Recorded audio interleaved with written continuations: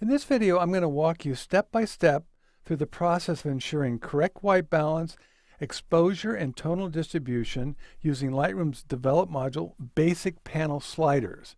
Now the sliders are found over here in the right side panel under basic. Let me go ahead and close and open that so you can see them. It's right underneath the histogram.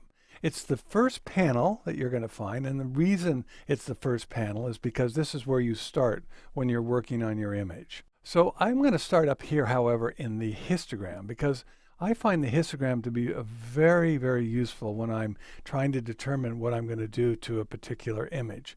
Now, of course, I can see the image here in the preview area, but up here, this is a graphical representation of all the tonal values and color in this particular image. So the values to the left, these are areas in the shadow or the darker part of the image. And over here to the right, it lightens up. So this is showing me that this image here has certain dark values and certain lighter values, and they're nicely distributed. If I looked at this histogram and saw everything bunched to the right, to the lighter side, I would know that it needs some work. Probably could see that also in the preview itself, but this is so accurate when you're looking at in this graphical form. Now, the other thing that's really cool about the histogram, not only does the histogram have useful information like the ISO, the focal length of your lens, the f-stop, and shutter speed, if you hold your cursor up above into the histogram itself, and let me go ahead and move my cursor to the left, you can see underneath now, instead of this camera EXIF data, the word blacks shows up. And what that does is it's telling me that if I click and drag to the left, I'm actually controlling the black point. And if you look down to the basic panel itself, to the black slider, you can see I'm moving the black slider as well. But I'm doing it directly from the histogram. So I'm going to come up back to the histogram and I'm going to move my cursor to the right. And now shadows, which is corresponding to the shadow area of the image. If I click and drag, I can work right off the histogram and change the shadows value. And I'm going to move to the right a little bit. Now we're moving the exposure slider, which is controlling mid-tone areas of the image. And to the right, we have highlights. And to the far right, whites. Now I'm going to explain all what these sliders do in more detail when I get down to the basic panel itself, but I just wanted you to see that you can go right into the histogram itself and work directly off the histogram. Now this is useful, let's say if you have the basic panel closed and you're working down here with the lens correction panel and you don't want to scroll back up to the basic panel, you can go right up to the histogram and do everything right there. So let me go ahead and open the basic panel back and let's reset all the values to their original setting.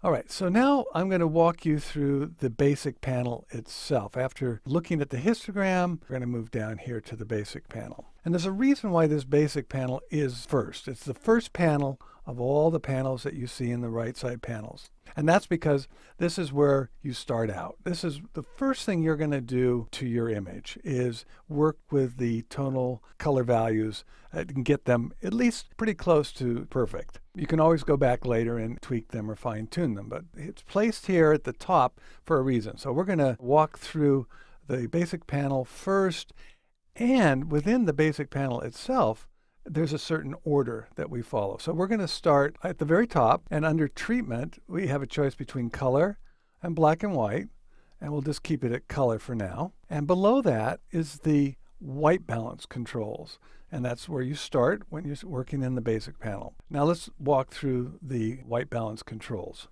I have to start off by saying that most digital cameras today do a pretty good job of getting the white balance correct. However, there's times when maybe you've set your camera improperly, or there's a mixture of different light sources, or you just want to creatively adjust the white balance to give the image a different feel. I always start over here at the presets. I'm going to click on that next to the WB.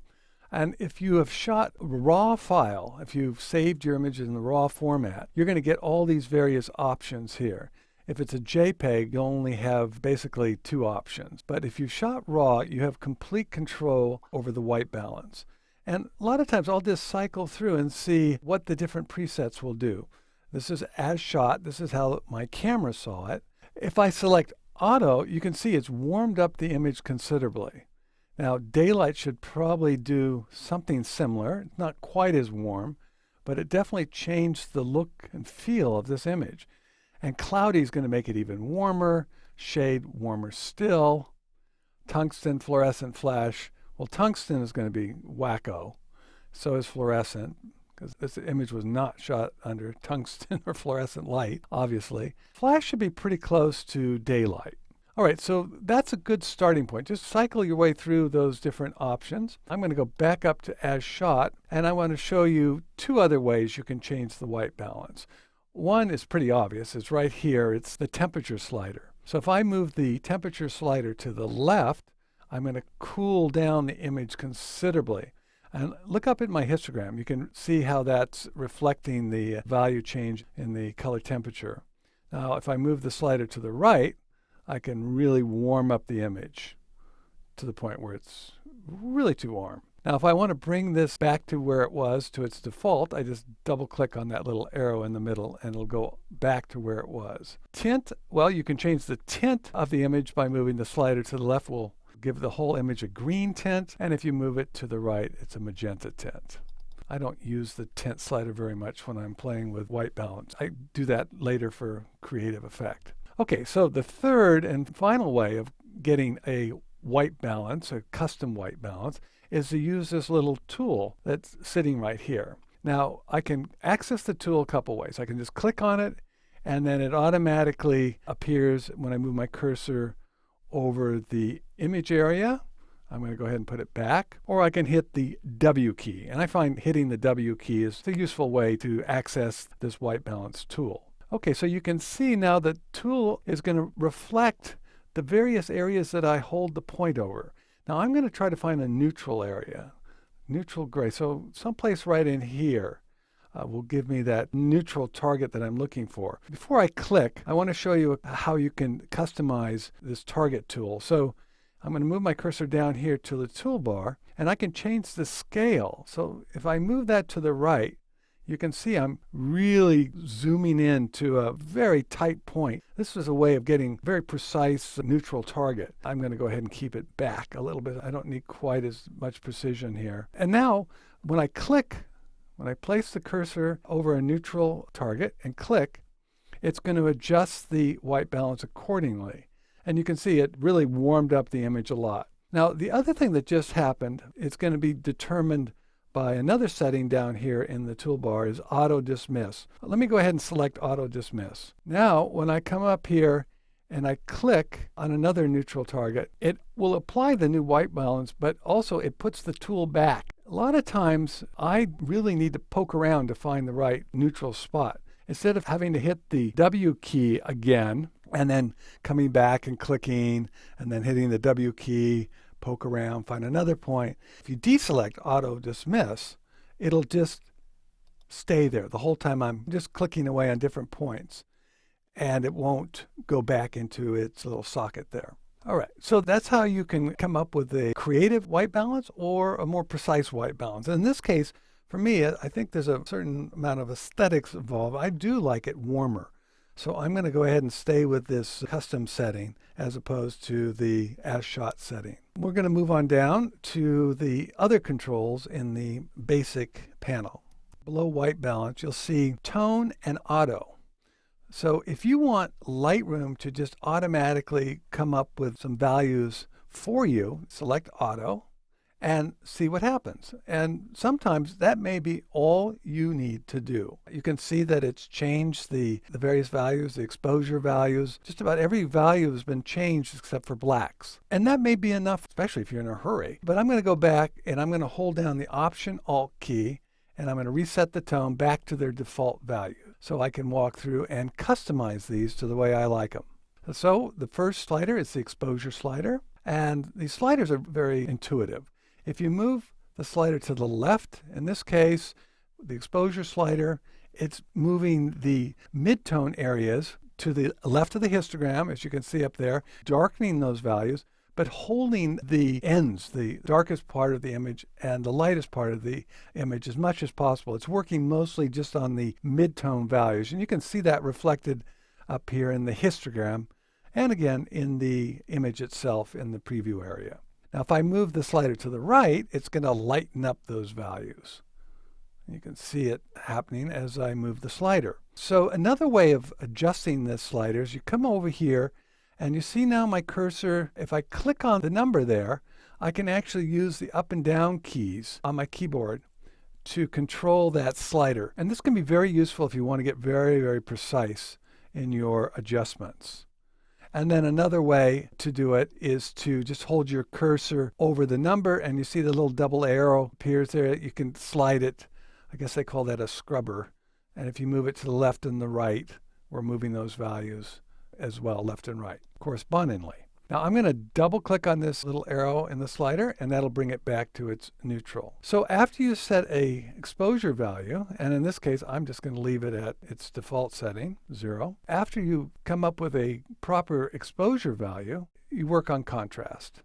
So moving the contrast slider to the right, you can see the values move towards the positive values and the contrast is increased. And if I move the contrast slider to the left, the contrast is decreased. You can actually see this up in the histogram. The contrast, it's moving the luminance values between pixels. It's not affecting the color. It's just affecting luminance, brightness. And that's what gives the contrast the boost when you go to the right. And you can see that up in the histogram, how it opens it up, spreads it out, but holds the colors.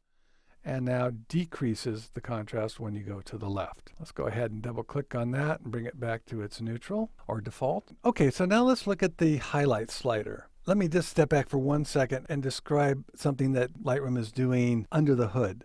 When Lightroom opens up a RAW file, it automatically applies a highlight recovery algorithm. And what that's doing is it's finding details that may not have been apparent in the highlight. They may have been blown out or too bright if you just view them on some other program. Lightroom has automatically applied a recovery to those highlights. So that's done now in the background. It used to be in previous versions of Lightroom that recovery slider was part of the basic panel, but now it's done automatically on import. So having said that, there's still controls over the highlights through this slider. So I can darken a highlight by moving that slider to the left, and yet it's not going to clip it. It's not going to lose highlight detail if I move to the left, or more importantly, if I move to the right with the highlights. It doesn't lose any of the detail. It's just brightening up those highlight areas and yet holding detail in the brightest parts of the image. So double clicking on that brings it back to its neutral. Now shadows is a really useful slider, at least in my opinion. Watch what happens when I move the shadow slider to the right. Look in the area, the trees, the dark areas. Watch how this opens up without affecting the rest of the image. It's just working on the darkest areas. It's kind of like a fill light just for the darkest areas of an image. And I just find that so useful for many of my pictures. I'm going to go ahead and keep that shadow set in the plus value there. So the white slider and the black slider, these are how you set new white points. And this is where you will get clipping and you will lose detail in your highlights or shadow areas if you go too far. Watch up at the histogram. I'm going to move the white slider to the right, and you can see by the histogram, the red line on the far right is telling me that I've brightened up the image so much that I'm now losing detail in a lot of the highlight areas. And I can see where that's actually happening by holding my cursor over that triangle at the top of the histogram.